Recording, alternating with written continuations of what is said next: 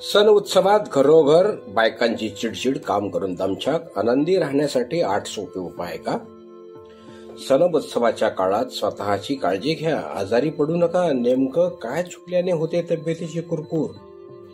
शनिवार असो, व्रतवैकल्य असो की एरवीचा कोणताही दिवस, माझ्यासाठी योग्य काय याचा विचार प्रत्येकीने कायम केला पाहिजे. आणि सणवार सुरू झाले की महिलांची एकच धांदळ उडते. गृहिणी असो किंवा नोकरदार, अनेक जणी हौसेने करतात, परंपरेने रीती सांभाळत करतात. उत्साह असतो आणि सगळं छान करण्याची इच्छा.